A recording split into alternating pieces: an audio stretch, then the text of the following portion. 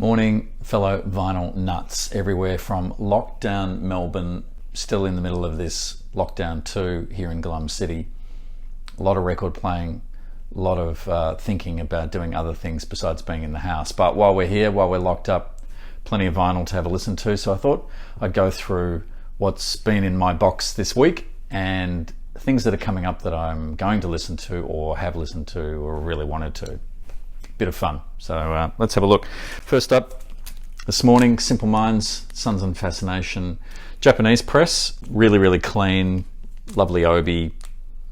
Looking forward to this. Is one of my favorite Simple Minds albums. I think this is just incredible. This is kind of abrasive, hard edged, a lot more fun to listen to. I really like this album. Haven't heard the Japanese press, so I thought I'd give that a go. Also in the box, Johnsy and Alex. Johnsy, of course, from Sigur Rós. I heard this a couple of months ago again, just on YouTube, I think. Loved the sound of it. Love all of the Sigur Rós stuff. But this sounded incredible. I've been waiting to get this triple album for a while. It's brand new.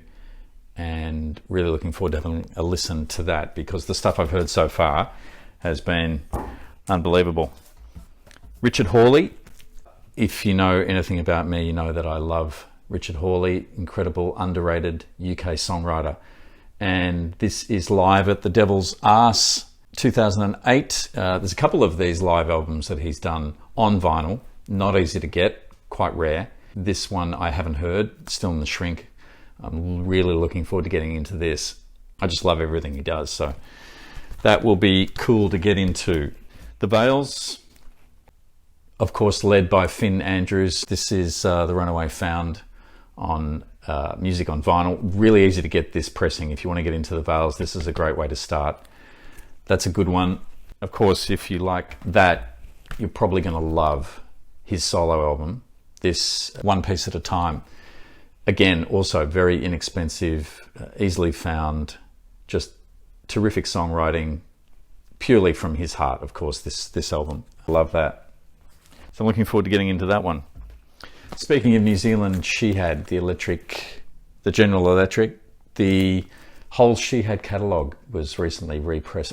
I'm not sure if it was all of them, but a lot of them were repressed on vinyl in Australia. This is one of their great albums. This was also on coloured vinyl. This one's on black, but still around, still pretty easy to find. If you like She Had, if you like that New Zealand rock from the 90s, you'll love this album. Try that one. Wire, a band that I should know much more about than I do. Somehow I missed the whole thing with Wire. I got into the Sex Pistols, loved Bauhaus, Cure, some of that early post-punk, early punk, post-punk UK stuff. Somehow I completely missed Wire. I don't know how, because really they were the prototypal punk sound out of the UK. Same time as those other guys, and certainly the Sex Pistols. And I got into their, I think this is 2016 album, might be a little bit later.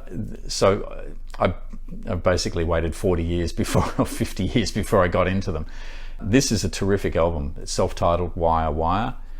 I loved it the moment I heard it. And of course now I'm working my way backwards in their catalogue all the way back to the 70s to get into that. So there's that album, which I'm looking forward to. Then the one before that is Mind Hive, which also I've heard some of on YouTube and really like.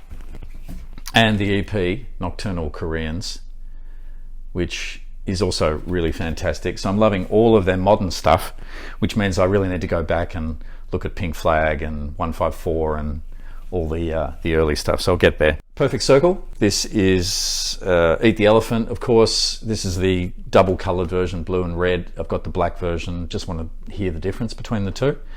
I just think that this is a really underrated album. I really love the piano-based writing around this album.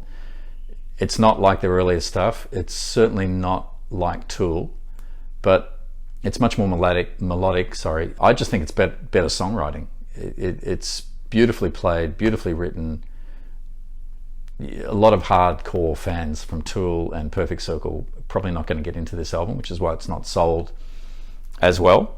If you get off on the more piano-based writing and can understand that these bands need to progress and try different things, then this might really have something for you.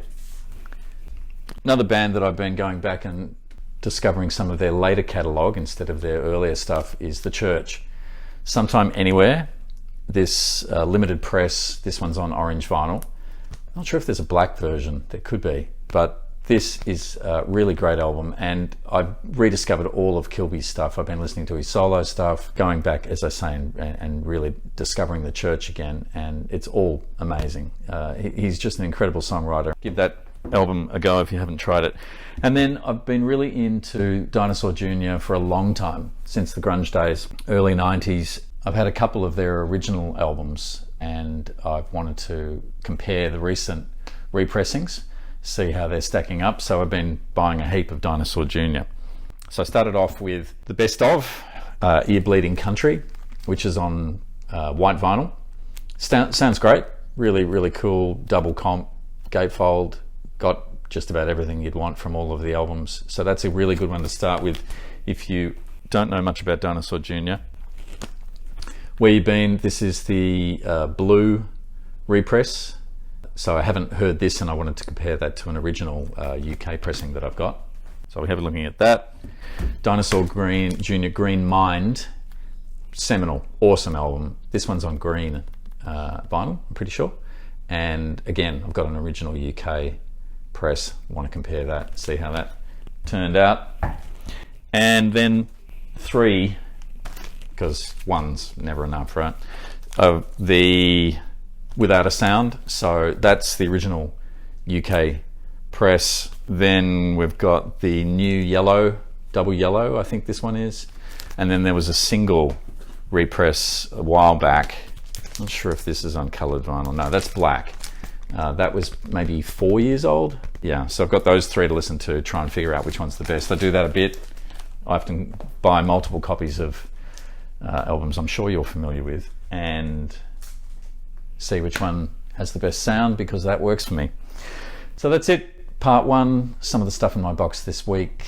Big day today, Sunday, in lockdown of listening and learning. Hope wherever you are is better than Glum City today. Catch you soon in part 2. Thanks for watching.